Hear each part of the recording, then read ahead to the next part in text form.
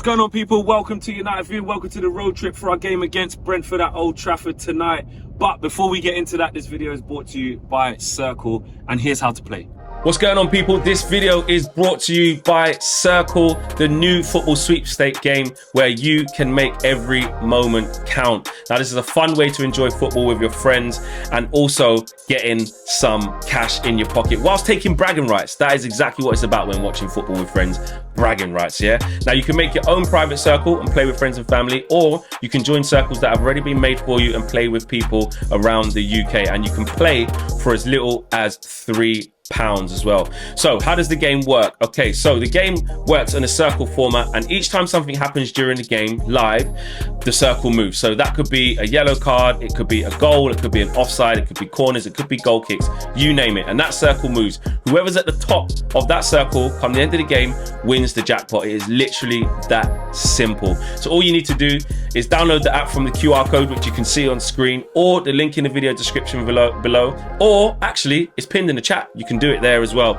And also bet 5 to get 5. So when you sign up with our link or referral code and place your first £5 stake, you're going to get a £5 free bet. So it is easy to do and very, very fun. Circl is UK only, and you need to be over 18 to play, and begambleaware.org is there for all your responsible gambling tools.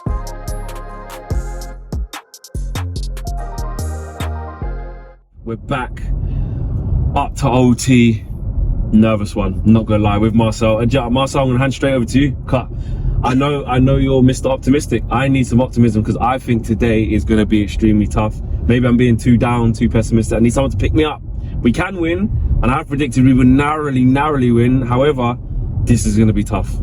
I agree with you, though. What are you saying? I agree with you, Flex. I agree with you. It's gonna be tough, but we're gonna win.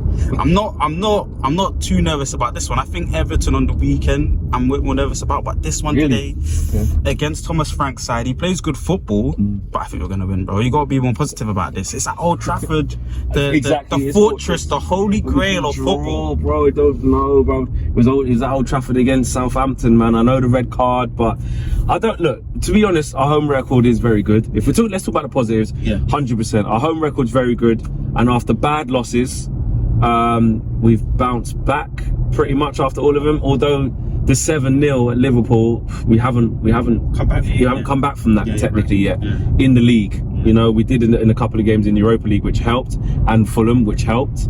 But in terms of putting it right in the league, didn't score against Southampton, man sent off, didn't score against Newcastle. So that's 3 Premier League games in a row.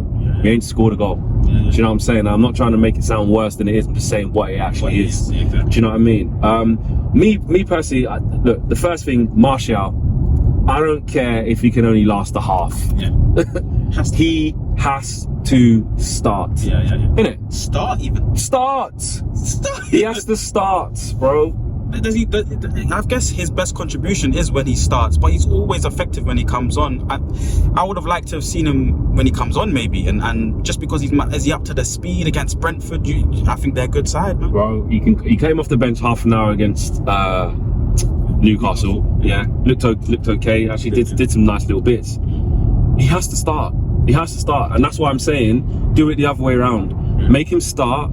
If he only lasts 50 minutes, 55 minutes, fine. So bring in Weghorst. Well, even that, I'd be like, put Rashford up front and then put Sancho. But, you know, whatever. He has to start for me. I think, like, remember when we were speaking in that full view and we were talking about how important Marcel can be for this next run-in? All the talk's been with the fan base, obviously, because he's been out for so long. He's made of glass, biscuit, you know, sell him, etc., etc. But this isn't about the long term. This is about the immediate short term. And right now, this is what we said in the full view. He can help us. He can get us over the line, not just help us. He can be the difference. And this is a player that actually we really thought we wouldn't be saying that about this season. We thought he was just done and toast. And look, it's not like he's proved us wrong yet. But I'm saying this could be the start of him actually dragging us over this top 4 line with the return of Christian Eriksen and the return of Casemiro after Saturday's game, to be fair. Another thing tonight, bro, for me is midfield, bro. He has to play the right midfield, Erik ten Hag. And I say that, and that's what I was going to say. I say that in terms of what's available, because there's no Casemiro, no Eriksen. Whatever it is, Bruno can't play deep, for me. I feel like naturally he's drifting into those 6 and 8 positions anyway. Because I think Ten Hag starts him as the 10. He decides to go with. He did it against Newcastle. Yeah. There's McTominay playing up there behind the striker. He was the furthest. McTominay was the furthest midfielder forward. Then in the second half, he started with how it should have been, and then because he doesn't trust that build up though. They're getting that balance. Scott can't. He's shadow. He's hiding from receiving the ball from the defenders through the line. So. Here's one thing for you then, because Cam was talking about, and a lot of people were talking about, the height situation, because, Cam's worried obviously that, they're going to put loads of crosses in the box, so David De Gea will be struggling, and in general on set pieces they're big. So Cam's saying Weghorst and McTominay have to play. Yeah. I think it's it. Yeah. I think Marcel and Fred need to play instead of those two. But what do you think in terms of the height? Do you think Ten Hag might look at that and say, look, they're quite a big team, Brentford. I'm going to put a lot of cross in the box, start McTominay again. Yeah. It's a good point. I mean, Cam's mostly right there in terms of the height. I think they're a very efficient team in terms of corners. De Gea's going to have to be on point in terms of collecting crosses and all parts of that game. But I think you're right in terms of our style of play, and you want to play Manchester United football. You're going to need someone, Fred, doing the dynamic, proactive running, and you're going to need Tony Marshall in there, connecting the play properly. So if we're going to be able to score goals, something we haven't done effectively in the last few games, Fred and Tony Marshall up there instead of Weghorst and Scott, I think is your better choice if you want to win the game. I think against Newcastle was a bit of a blip. It's one football match. I don't think we're out of that 3rd and 4th place. Oh no, we're not out. No, we're definitely not out of the 3rd and 4th place. But I don't agree that performance was a blip. I agree to a certain extent because there was no attacking play. But there was no midfield as well. Yeah. There was no midfield. But how long has it been like that for? Even in our poorest performances, we still able to contribute. Someone scores a goal. There's a few shots. It was only one touch in the box from our striker. But that performance was not a blip away from home. We've won one game against the top 12 away. And then that's not a blip. And that's what I'm saying. So we drew to Chelsea, lost to Arsenal. Lost to Liverpool, destroyed against City, destroyed against Brentford, destroyed against Aston Villa.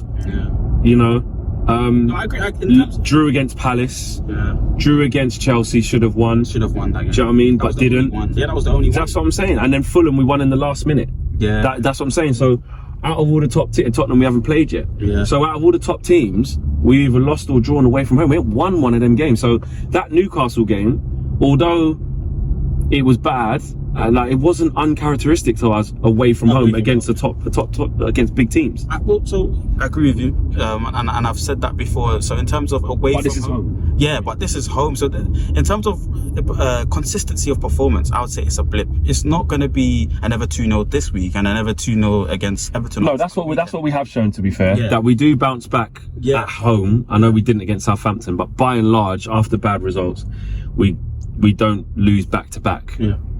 So, but that's what this is about. But I think losing today, look, if we lose today, it isn't top 4 over. Of course it isn't. But it is unthinkable to think about losing today because just for momentum and going, and that would not be a blip. I said that, after the Liverpool game, in terms of the league, the best thing to do is just get back to winning ways as quickly as possible, which we did against Betis straight away, but it wasn't in the league. Then we played Southampton and then look what happened, and then we played Newcastle. So realistically, I know football's not, you can't just group all the things together and say you've bounced back or you haven't bounced back, because it's not the same competition, etc. And we won 2 Europa League games and 1 FA Cup game. So we have won 3 games since then. But it doesn't feel like that because in the league we ain't scored and we had won in 2 games after the Liverpool game. And so I just feel like today is one where if he gets the midfield wrong again, I think we could be in trouble. Yep, agreed. And that's why I would go with the Fred and Sabitzer maybe again in the midfield. What I was going to say in terms of fullbacks though, what do you think for Luke Shaw and potentially obviously Wan-Bissaka or Dalot starting? For me, Wan-Bissaka. Has to be Wan-Bissaka. Yeah. And it has to be Malacia. I was thinking maybe Malacia in this. Yeah, I wouldn't mind freshen it up. I wouldn't mind, but I don't know. Luke Shaw just signed a new deal. Yeah, he did. Yeah. First home game. I just see Ten Hag starting him. Yeah. I think he wants to get back to business with his main team as quickly as possible. But Wan-Bissaka's back after being ill. So Hopefully he starts as well. But I wouldn't mind if Manasseh comes in to freshen up, though. That's not the end of the world. He can play at home to Brentford, no doubt. And remember, you guys as well, this video is brought to you by the Circl app. The link's in the video description below, and the QR code is on screen as well. So make sure you download the app to get involved with the guys at the studio, so you can play during the game. At the beginning of the match view, I will explain exactly how it works. All you need to do in this video is download the app, get involved. Marcel's a betting man. He's always in there. Marcel's going to be in there. Exactly, I'm going to be in there. So make sure you guys get involved in that. Smash a like on this video, subscribe to the channel if you're new. Marcel, prediction? Manchester United 3, Brentford 1, Rashford a goal, Bruno a goal, and somebody, maybe a Martinez one, another one. Wow, okay, very specific for Marcel. I don't know, man. Tight 1-0, tight 2-1. Tight 2-1 win. Very tight, could be a draw. See you guys later on outside the ground. We're out of here. Peace.